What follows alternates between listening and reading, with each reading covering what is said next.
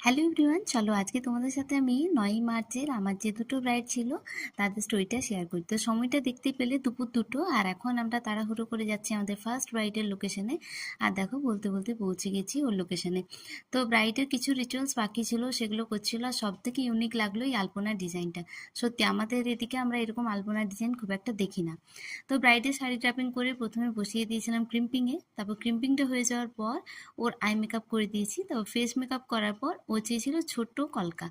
যেহেতু আজকের ব্রাইডের ডিমান্ড ছিল যে একেবারে হালকার উপর সাজিয়ে দিও দিদি কলকা, খুবই সিম্পল এবং হেয়ারে যেন খুব বেশি পাফ বা খুব বেশি ফোলানো হেয়ার যেন না হয়। তো আমি সেরকমই করছি। আর আজকে আমি সব থেকে বেশি খুশি হয়েছি ওর এই ফুলটা দেখে। এত টাটকা ফুল এই সিজনে আমি অন্তত পাইনি। মানে মাত্র 3টে চেন দিয়ে ওর এই ফুল ফ্লাওয়ার যে বানটা আছে সেটা ক্রিয়েট করতে পেরেছিলাম।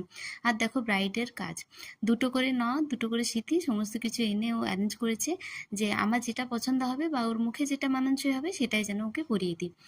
আর দেখো বলতে বলতে ব্রাইডের ফুল লুকটা ক্রিয়েট করে পেরেছি। তো কেমন লাগছে আমার ব্রাইডকে তোমরা অবশ্যই জানিও। আর ব্রাইড তো ভীষণ স্যাটিসফাইড, ওর ফ্রেন্ডরাও আমাকে অনেক কমপ্লিমেন্ট দিয়েছে যে সাজানোটা ভীষণ সুন্দর হয়েছিল। প্রথম ব্রাইডকে রেডি করে দিয়েছি, এবার যাচ্ছি সেকেন্ড ব্রাইডের লোকেশনে। তো কাকিমা আমাদেরকে রাস্তা অবধি ছেড়ে দিতে এসেছিলেন, উনি এতটাই ভালো। তো কেমন লাগলো ব্লগটা তোমরা কিন্তু জানাবে।